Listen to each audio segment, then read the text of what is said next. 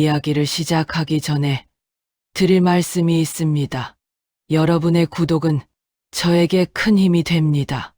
부탁드립니다. 남편이 떠난 지 벌써 몇 해가 흘렀습니다. 처음에는 눈물이 마르지 않았고 넓은 집 구석구석이 공허하게 느껴졌습니다. 그러나 시간이 지나자 저는 그 고요를 받아들이게 되었습니다. 남편이 남겨준 재산 덕분에 경제적으로는 불편함이 없었고, 덕분에 홀로 서기를 배워야 하는 시련 속에서도 최소한의 안도감을 가질 수 있었습니다. 아침이면 거실 창문을 활짝 열고 햇살을 들였습니다. 창 너머로 보이는 하늘은 계절마다 색이 달라졌습니다. 봄에는 연두빛이 스며들었고, 여름엔 눈부신 푸르름이, 가을에는 붉고 노란 잎이 바람에 흔들리며 인사를 했습니다. 겨울에는 새하얀 햇살이 차갑게 들어와도 그 빛조차 제겐 위로였습니다. 커피 머신에서 단 내려온 커피 향이 집안을 감싸면 저는 마치 남편이 곁에서 오늘 하루도 힘내 하고 말해주는 듯한 착각에 빠지곤 했습니다. 고요하지만 넉넉한 아침, 그 시간이야말로 제가 누릴 수 있는 가장 큰 평온이었습니다. 그러나 그 고요가 오래가지 않으리라는 건 저는 미처 알지 못했습니다. 아들이 결혼을 하겠다고 집으로 찾아왔을 때 저는 오랜만에 설렘을 느꼈습니다. 혼자 사는 저를 대신해 집안에 새로운 가족이 늘어난다는 사실이 뿌듯했고, 아들이 드디어 한 가정을 책임지려 한다는 생각에 마음이 놓였습니다. 엄마, 저희 결혼해요. 근데 집이 문제예요. 머뭇거리며 말하는 아들의 눈빛을 보자 제 속에서 오랜 모성애가 솟구쳤습니다. 철은 없지만 모난 곳이 없는 아들, 부족하지 않게 자라게 하려고 애쓴 세월이 주마등처럼 스쳐갔습니다. 그래서 저는 망설임 없이 제 결정을 전했습니다. 걱정하지 마. 내 아버지라면 분명 이렇게 했을 거야. 저는 큰맘 먹고 3억짜리 전세집을 마련해 주었습니다. 제 노후를 더 든든히 준비해야 한다는 생각은 잠시 접어두었습니다. 그 순간만큼은 아들의 행복과 안정을 먼저 보장해 주고 싶었습니다. 등기 서류를 건네받은 아들의 얼굴에 번진 환한 미소를 지금도 잊지 못합니다. 그 미소 속에는 감사와 안도, 그리고 새로운 시작의 기대가 가득 차 있었습니다. 며느리 역시 두 손을 꼭 잡고 정말 감사해요. 라며 눈시울을 붉혔습니다. 그때 저는 믿었습니다. 이제 이 아이들이 서로를 의지하며 책임감 있게 살아갈 거라고. 거실 한켠에 걸려있는 남편의 사진 앞에서 저는 속삭였습니다. 여보, 당신도 보고 있지요? 이제 우리 아들이 어른이 됐어요. 잘 살아낼 겁니다. 그러니 걱정하지 마세요.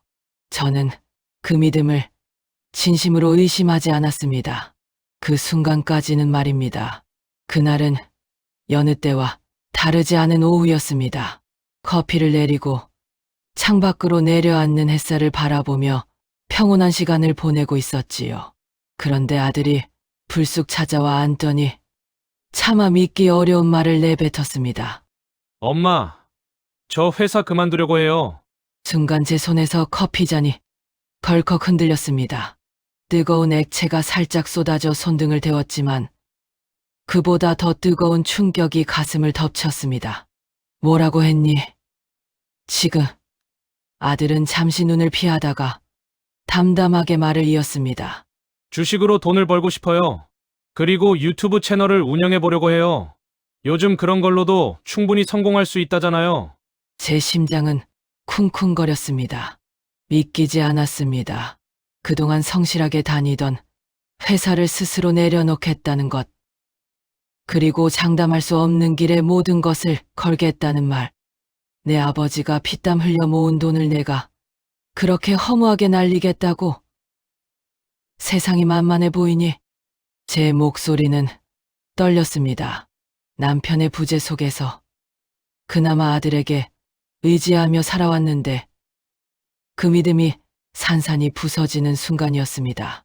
그러나 아들의 얼굴엔 이미 단단한 확신이 자리 잡고 있었습니다. 저를 설득하려는 표정이 아니라 이미 결정을 끝낸 사람의 표정이었지요. 며칠 뒤 현실은 제 눈앞에 드러났습니다.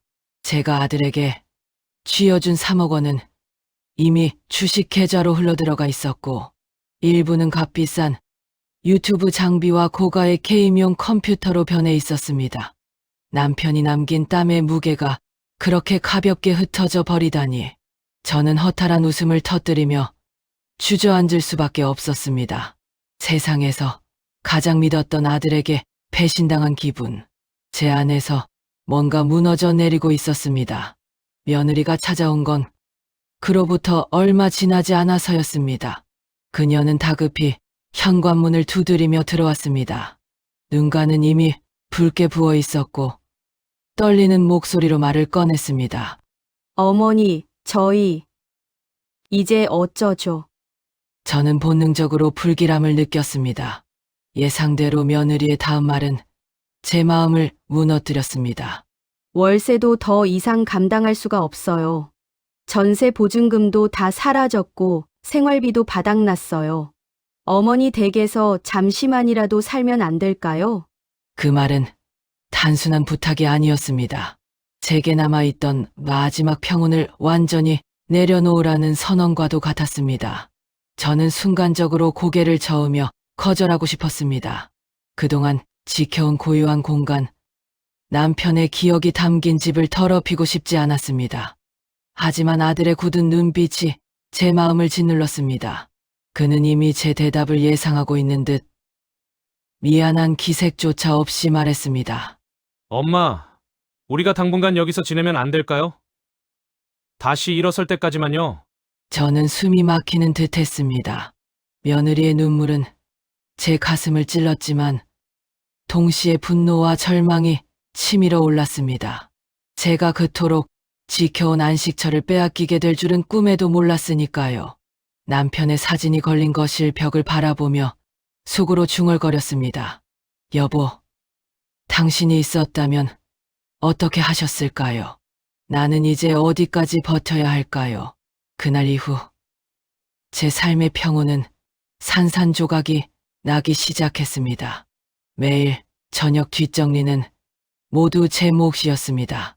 아들 부부와 함께 들어온 작은 푸들까지 매일 저를 괴롭혔습니다. 엄마, 내일 치울게요. 아들은 늘 그렇게 말했지만 내일은 오지 않았습니다. 며느리도 미안하다는 듯 웃으며 설거지통을 슬쩍 바라볼 뿐 직접 손을 대지는 않았습니다. 저는 날마다 조금씩 무너져 갔습니다. 이곳은 제 집이건만 발 디딜 곳은 점점 줄어들었습니다. 남편이 남긴 추억이 깃든 거실도 아침마다 커피향으로 가득하던 주방도 더 이상 제 안식처가 아니었습니다. 오히려 저는 마치 새들어 사는 사람처럼 구석으로 밀려나 있었습니다. 결정적인 날은 뜻밖의 순간에 찾아왔습니다. 어느 늦은 밤, 거실에서 갑자기 이상한 소리가 들려왔습니다. 급히 달려가 보니 부부가 키우던 강아지가 거품을 토하며 구토를 하고 있었습니다. 바닥은 엉망이 되었고 강아지는 숨을 가쁘게 몰아쉬며 떨고 있었습니다. 어머니, 어떡해요? 며느리는 얼굴이 창백해진 제 울음을 터뜨렸습니다. 저는 본능적으로 수건을 들고 뛰어다니며 바닥을 닦고 토사물을 치웠습니다. 손끝에 전해지는 뜨겁고 끈적한 감촉에 속이 울렁거렸지만 멈출 수 없었습니다.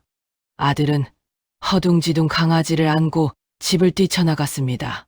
차 시동이 걸리고 타이어가 급히 미끄러져 나가는 소리가 들렸습니다. 남겨진 저는 울며 불안에 떨고 있는 며느리를 달래야 했습니다. 괜찮을 거야.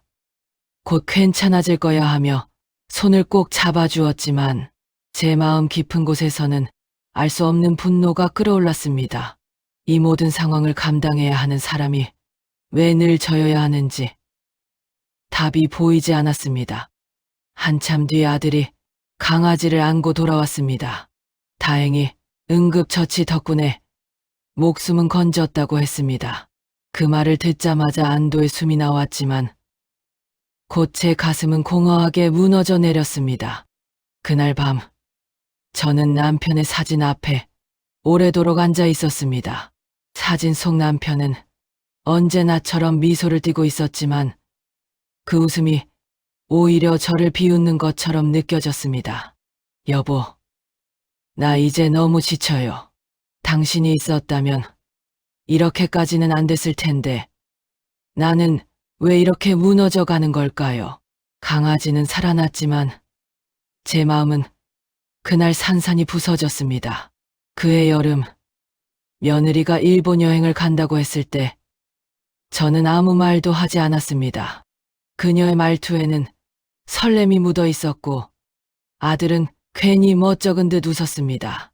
두 사람의 대화는 여행 일정과 쇼핑 리스트로 들썩였고 집은 떠나기 전에 들뜬 기운으로 한동안 시끄러워졌습니다. 저는 그저 가만히 앉아 지켜보고만 있었습니다.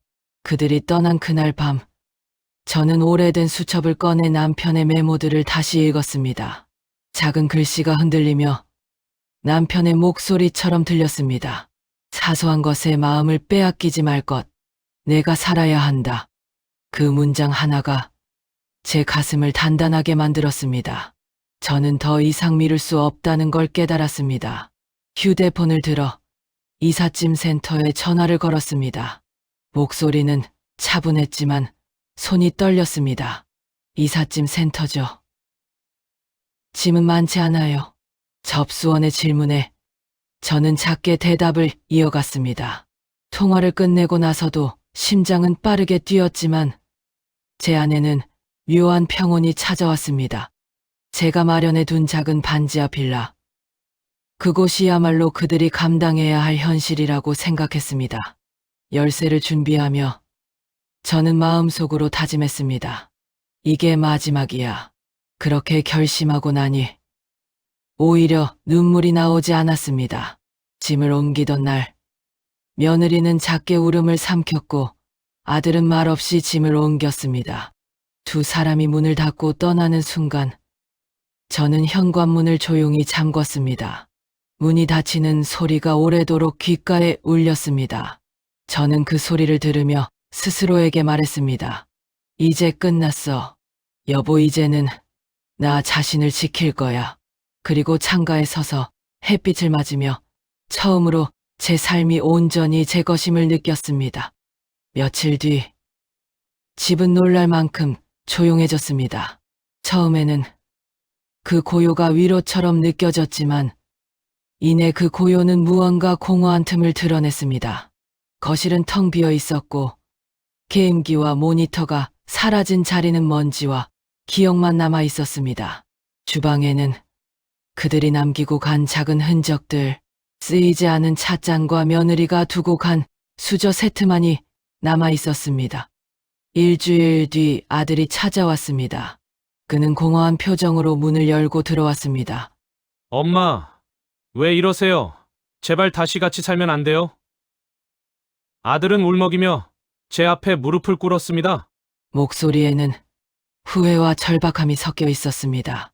저는 잠시 그를 바라보다가 강아지를 안아들었습니다. 품속에 작은 생명이 미약하게 떨고 있었습니다. 저는 그 아이를 아들의 품에 안겨주며 담담히 말했습니다.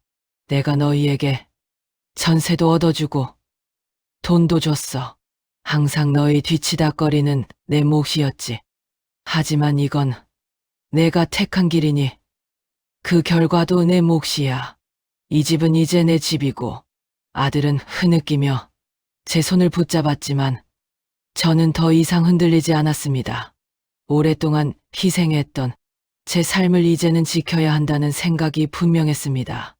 현관문이 닫히는 소리가 집안 가득 울렸습니다. 그 소리는 제 가슴을 깊게 울렸지만 동시에 제 안에 작은 결심이 자리 잡게 했습니다. 저는 창밖을 바라보며 스스로에게 다짐했습니다. 다시는 내 삶을 빼앗기지 않겠습니다. 사진 속에서 여전히 웃고 있는 남편을 향해 저는 조용히 인사했습니다. 여보, 이제 저 혼자라도 괜찮아요. 다시 고요가 찾아왔습니다. 그러나 그 고요는 예전과는 달랐습니다. 남편이 떠난 뒤 처음 맞이했던 고요가 외로움과 공허함으로 가득했다면 이번의 고요는 허망함과 씁쓸함, 그리고 동시에 알 수 없는 안도감을 함께 품고 있었습니다. 아침이면 저는 다시 커피를 끓였습니다. 커피 머신에서 흘러나오는 진한 향이 주방을 채우고 김이 피어오르는 소리를 들으며 한 모금 삼켰습니다. 그 순간만큼은 온 세상이 제 편이 되어주는 듯했습니다. 창가로 스며드는 햇살은 마치 오래된 친구처럼 제 어깨를 감싸주었고 거실은 다시금 저만의 성역이 되었습니다. 남편과 함께 웃으며 살았던 그 시간들이 겹쳐 보였고 그 기억이 이제는 더 이상 상처가 아니라 위로가 되어 다가왔습니다. 물론 저는 많은 것을 잃었습니다. 아들을 향한 믿음도, 며느리가 내게 걸었던 기대도 모두 흩어졌습니다. 그들은 저를 이해하지 못했고 저는 그들을 지켜줄 수 없었습니다. 하지만 저는 제 삶을 지켰습니다. 남편이 남겨준 집을 끝까지 지켜낸 것, 그리고 무엇보다도 제 마지막 자존심을 잃지 않았다는 사실이 제 마음을 단단히 붙잡아 주었습니다. 저는 문득 생각했습니다. 가족이라는 이름으로 우리는 어디까지 참아야 할까? 그리고 어디서부터는 내 삶을 위해 선을 그어야 할까? 제 답은 분명했습니다. 가족이라 해도 나를 무너뜨리며 함께할 수는 없다는 것입니다. 희생만 강요하는 관계는 결국 누구도 지켜주지 못한다는 것을 깨달았습니다. 그래서 저는 결국 제 삶을 선택했습니다. 그리고 시간이 흘러 다시 고요 속에 앉아있는 지금 그 선택이 옳았다고 믿습니다. 아들은 언젠가 제 결정을 이해할지도 모릅니다. 이해하지 못한다 해도 괜찮습니다. 저는 제가 살아남을 길을 택했으니까요. 창밖의 바람이 커튼을 살짝 흔들고 햇살이 따뜻하게 제 얼굴을 스쳤습니다. 그 순간 저는 속으로 중얼거렸습니다. 그래, 이제부터 이것이 내 삶이다.